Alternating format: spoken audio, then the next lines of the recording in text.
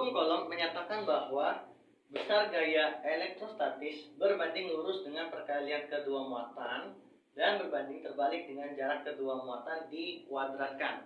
Nah, artinya apa? Kita gambarkan dulu saja ya. Ada dua muatan sama, positif sesama positif ya. Pasti interaksinya apa tadi? Yaitu tolak menolak. Yang terpisah dengan jarak R ya.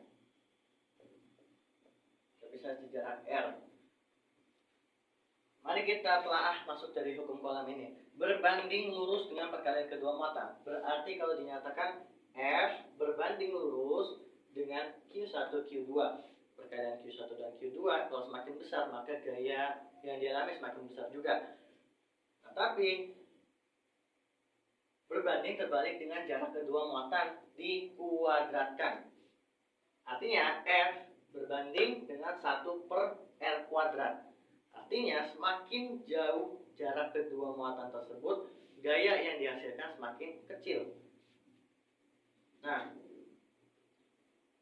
kalau gaya listrik statis ini, ya kita lihat ya, ada dua arah kayak gini, artinya dia tuh relatif, tergantung dari acuannya. Tapi besar gaya yang dialami muatan 1 dan besar gaya yang dialami muatan 2 pada kasus ini adalah sama, yaitu F12 sama dengan F21. Kita anggap aja F. Rumusnya adalah Q1 Q2 dibagi R kuadrat dengan topiknya, vektor topiknya adalah R.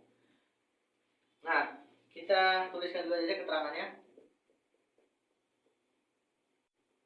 Ada apa aja di situ? Ada K ya. K ini adalah konstanta listrik.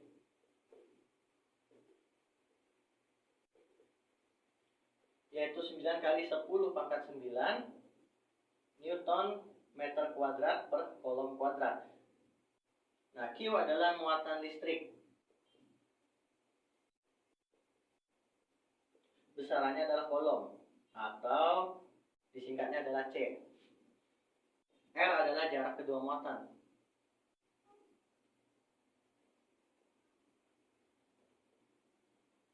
Atau yang disebut ya satuan internasional adalah meter. Nah, uniknya adalah K di sini itu nilai 9 kali 10 pangkat 9 hanya berlaku di ruang hampa, tidak di udara, tidak di air. Nah, bagaimana kalau misalkan sistem ini terjadi di air ataupun di udara? Pasti akan beda lagi. Nah, rumus dari konstanta listrik ini sendiri adalah K sama dengan 1/4 pi epsilon. Dimana kalau misalkan hampa berarti tulisannya 1/4 pi epsilon 0. Dimana epsilon 0 ini adalah permitivitas ruang hampa.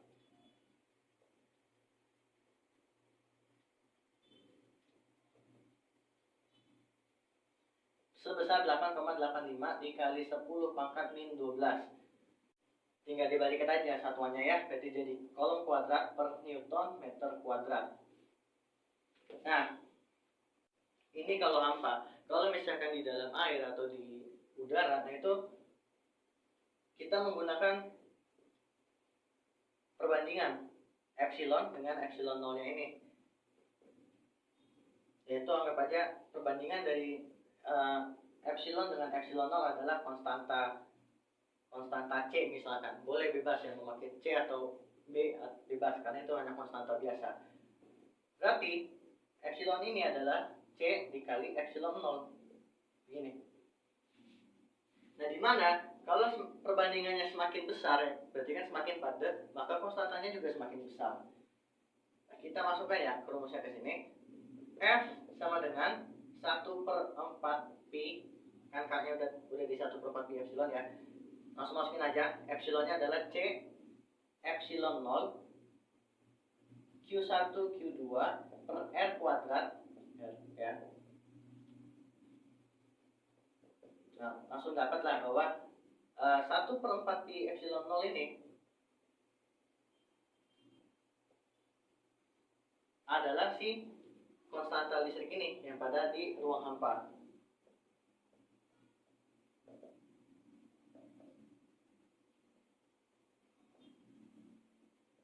Ya. Jadi kita peroleh bahwa Kalau misalkan bukan di ruang hampa, maka perlu dibagi dengan C. K dibagi C, Q1 Q2 per R kuadrat R dengan vektor topik R. Nah, C ini kalau semakin padat biasanya konstantanya semakin besar, berarti gaya listrik yang diperoleh semakin kecil juga.